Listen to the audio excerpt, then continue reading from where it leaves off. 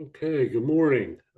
Welcome. I'd like to call the meeting to order. It is 9:01. Stephanie, would you please take attendance? Yes, thank you. Good morning, everyone. Ava Bermuda Zimmerman, Present. Ellen McKitterick. Present. Thank you. David Salazar Austin, Present. Mike Soltis, Present? and Holly Williams. Present. Thank you. We do have a quorum. Okay, thank you. I would like to welcome and thank the members of the public for joining us this morning.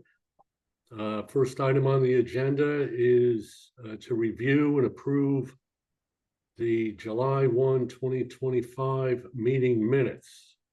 I'd like to ask the committee for a review of those minutes and a motion to approve. So move. Second. Thank you. All in favor? Aye. Aye. Aye. Opposed? Any abstentions? Okay, the motion carries. Thank you. Next item on the agenda is an update on the consolidated policies based on Public Act 25-174. Michael, would you please provide us that update? Absolutely. Thank you, Mike, and good morning, everybody. I'm going to share my screen. And hopefully folks can see the presentation. We can see your screen. Thank you so much. So I'm going to briefly talk about the revisions to consolidated policy meant to implement the expansion of our program to cover the non-certified school employees.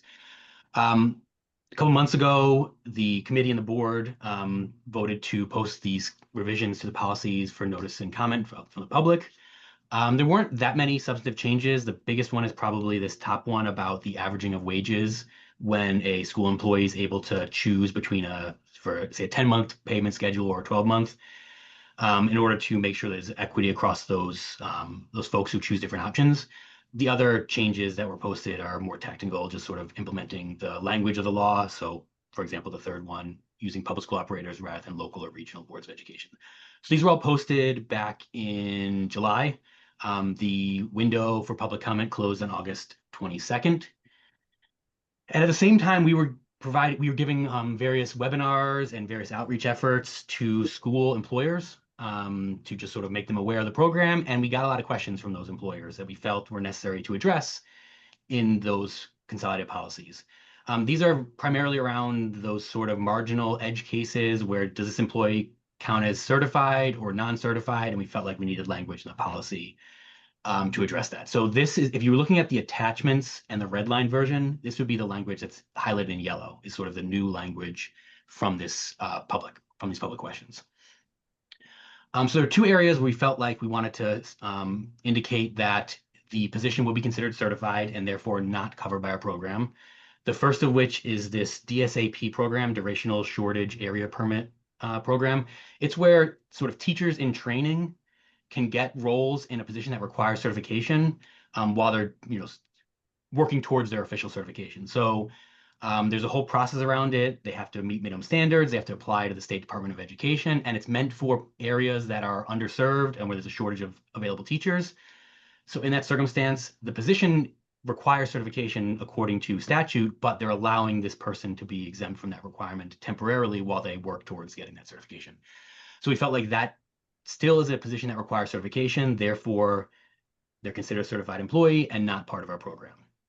This wasn't necessarily the reason for it, but we have a bonus. One of the consequences of this is it avoids a situation where someone would potentially be covered for our program while they're in this position, and then when they become a permanent certified employee that they're obviously working towards, they lose their coverage.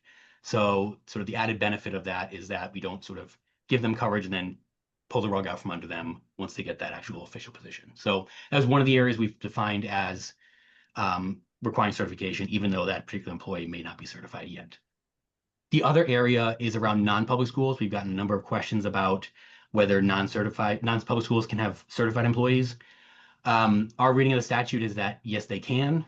While the State Department of Education, from our reading, does not have a statute that says employees need to be certified for non-public schools, the school itself, by policy, could require certification. If that is the case, and it's truly a policy by the employer, then we would consider that position to be certified and therefore not covered by the Connecticut Paid Leave program. So that language was added as well. A similar question we received was around employees who have multiple roles for the same school. So for example, they're both a teacher and they also help out with school play, and they get paid under both of those sort of roles, whether that employee is considered to be in a position that requires certification or not. So our determination for this is basically what is their primary position? What is their primary role for that employer? That determines whether they're in a position that requires certification, and then all the wages that they receive from that employer would be either included if they're non-certified or not included if they are in a certified position as their primary role. So adding language to define that. And then the last changes highlighted in yellow are just sort of technical changes just to sort of make the rest of the provisions make sense. So we updated shall be deemed to are, and then we reworked the lead into that provision. Obviously went through a lot there. These would be the changes that we would hopefully take to the full board next week and officially adopt. But before that, happy to take any questions that the committee may have. I'll stop sharing. Questions or comments for Michael? I have a quick question just for clarification. For non-public school employers, if the teacher is certified, but the school does not have a policy, then they would be in the uncertified category. The school has to have an affirmative policy that requires certification. Exactly. Okay. Thank you. You're welcome. Thank you for that question. Anyone else? I just have one question, Michael. How do these additional changes affect the timing of the approval process to bring these to finalization? Yeah, that's a great question. And we had internal discussion last week about this, to be sure. We don't think it's going to delay the implementation at all because the topic that we were addressing in the public notice and comment period that these are sort of reflective of is about the eligibility for the program and the way the program works as it applies to this, these newly covered employees. So we felt it was within the framework of what we had posted for public notice and comment. These are questions we got and comments we received during that period. So we felt like it were intended to address, public questions. So we think we can move forward, have it officially adopted next week at the board meeting without any further delay. So Michael's being a little modest here. He did do the legal research and analysis and found case law to support his opinion. It's not just his feeling. Well, that was implicit. Okay. Thank you. Okay, anything else for Michael on that topic? All right, good. It'd be good to get that done. Next item on the agenda are the proposed revisions to the finance and accounting manuals. Dave, would you please lead us in that discussion? Yes, thank you, Mike. Good morning, everybody. For those of you who have been on the committee before, this is our annual crossover event where I show up once a year to the Policy and Personnel Committee because we do our annual revision of the finance and accounting policies. And also this year, we took a look at the credit card policy. And so we'll be going over that as well. So as I mentioned, we did go over this with the finance and maybe I did mention this. We did go over this with the finance committee a couple of months ago at that finance policy meeting because it relates to finance and because it's a policy. I'm here today. And why should Michael have all the fun with policy? So I'm going to share my screen and going to try and share my screen and we'll get right into it. We can see your screen, Dave. Thank you very much for the confirmation.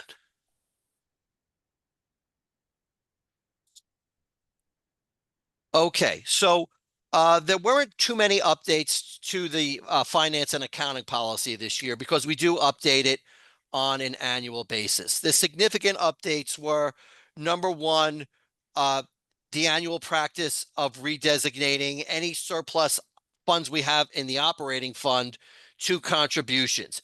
You may remember this came up when we were going over the budget a few months ago. We had some surplus funds, and so we deemed to, in the beginning of the fiscal year, July, to transfer any we had from operating to contributions. So they can earn interest if nothing else. Plus, it's just good practice to do so.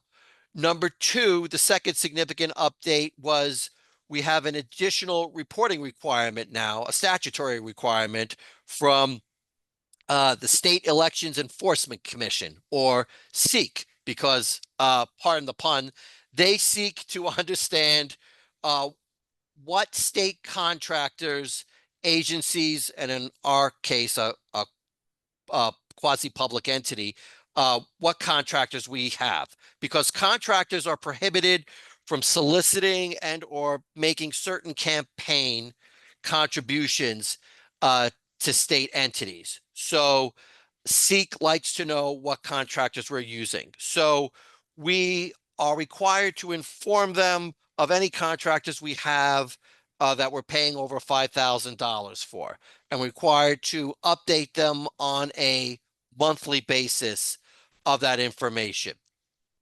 So we put that report requirement in the policy along with all the along with the other statutory reporting requirements we have.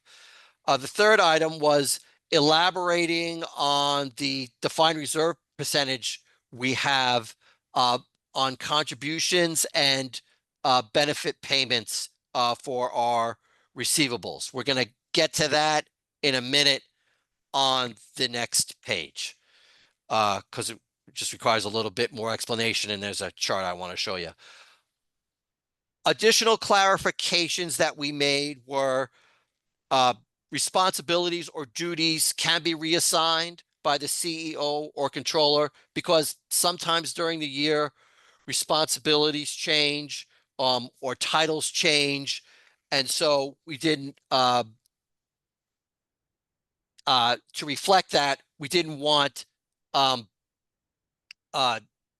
to not be in compliance of the policy if perhaps the title changed during the year. So we put in writing in the policy that the CEO or the controller, myself, Erin, or myself, can be reassigned as appropriate. And the last clarification was we identified the contribution refund process in the document. So we identified in the policy that there are certain things, because there are certain items that can't be refunded on the original platform that they were paid in. And I'm talking about contributions. And the most common reason is because the time frame has expired. Sometimes an employer will get back to us or and say, oh, I made this contribution in error. I need to redo it. And so can you refund me the old one or refund me the difference? And we can't do that anymore because the period has expired. So so a manual refund is required. So when we do that, we also linked it up and said that it adheres to our existing accounts payable policy like any other payment we pay. So we just basically button that down in the finance policy. Okay, let's talk about our reserves for accounts receivable. So the reserve was already in the policy, and these percentages that are in the second column were already in the policy. And just as a quick refresher, we have 3 buckets of reserve. The first one is at 90%, and that's an allowance for doubtful accounts for anything that is still within the realm of the paid leave authority. The next bucket is at 95%, and that's anything that goes to our fund recovery vendor, or FRV. We'll send receivables to our fund recovery vendor, but they're reserved at a higher percentage because they're older by that time. So there's less likely of, it's less likely that we will recover that money. And then the final bucket, which is at 100%, is a reserve for uncollectible debts, and they're deemed to be uncollectible at that time. And so we don't expect to get any money from that. What the policy does is it clarifies the time frame for contributions versus benefit overpayments. So for contributions, for example, any outstanding contribution that's 0 to 4 months old would be reserved at 90%. And those are being worked by the Paid Leave Authority. Once it hits the 5-month mark, it goes to our fund recovery vendor, which is currently TSI. And then between 5 and 16 months, it's worked by TSI. And if we do get any, TSI is successful at recovering any money, that's great, but we're still reserving it at 95%. And then finally, the last bucket is anything that's 17 months or over is 100% reserved because it's unlikely at that time to recover anything at that point. For benefit overpayments, the timing's a little different. So for example, the first bucket at 90% is anything that's less than a month, or the collection owner is the benefit administrator, which is AFLAC. So we reserve that at 90%. And then the next bucket is between 1 and 11 months. That bucket of benefit overpayments is being worked on by TSI, unless the collection owner is still the fund. Unless it's still being held by AFLAC, and I'll get to why that would be in a minute. But in any event, if the collection owner is the fund recovery vendor, is TSI, it's reserved at 95%. And then the final bucket is that anything that's 12 months or older, that's a benefit overpayment and or is a misrepresentation, and or the collection owner is not the benefit administrator or AFLAC, is reserved at 100%. So what does all that mean? It means if it's a year or more older, we're reserving 100% for it. If it's a misrepresentation, i.e. somebody misrepresented themselves and got a benefit payment that they should not have, we're going to reserve that at 100%. We will try and get the money back, but that's not always successful. So we reserve that at 100%. And then if the collection owner is not the benefit administrator, we reserve at 100%. Which means, so who's the benefit administrator? It's AFLAC. So the most common reason that an overpayment would still be with AFLAC is a payment plan. They institute payment plans with people, and that can last for more than a year. So as long as the individual is continuing to make the payment plan, we'll only reserve at 90% because they're still making payments. Okay, moving on to the credit card policy. We basically updated the credit card policy to reflect our actual workflow. When we first did the policy, we envisioned that credit card payments would be submitted on the expense report. But now that we have bill, spend, and expense, we have a whole workflow where the individual charges are approved, similar to the way any other expenditure would be approved. So we basically updated the policy to reflect that. So when we say submission of the expense by electronically attaching invoices or receipts, that's what I'm talking about. And so the approval process will align with our AP process, which is bill. And again, like I said before in the last policy, we're just making sure that all the policies align with the AP policy of how things are approved on a consistent basis. And then we do have a monthly reconciliation process where we reconcile all the expenses and make sure they're accounted for. And so since we don't have expense reports, we change the wording to reflect that. And then we just made a couple of other clarifications, such as the authorization of the credit card insurance should be done by email, i.e. in writing, and also the Connecticut tax exemption. Anyone making any charges on the credit card needs to be aware that we are a quasi-public entity.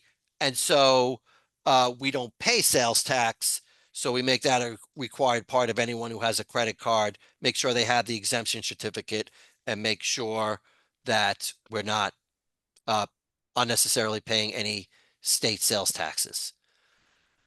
So those are the updates to the policies. The plan is to bring those to the board next month and then follow the process for the public comment period.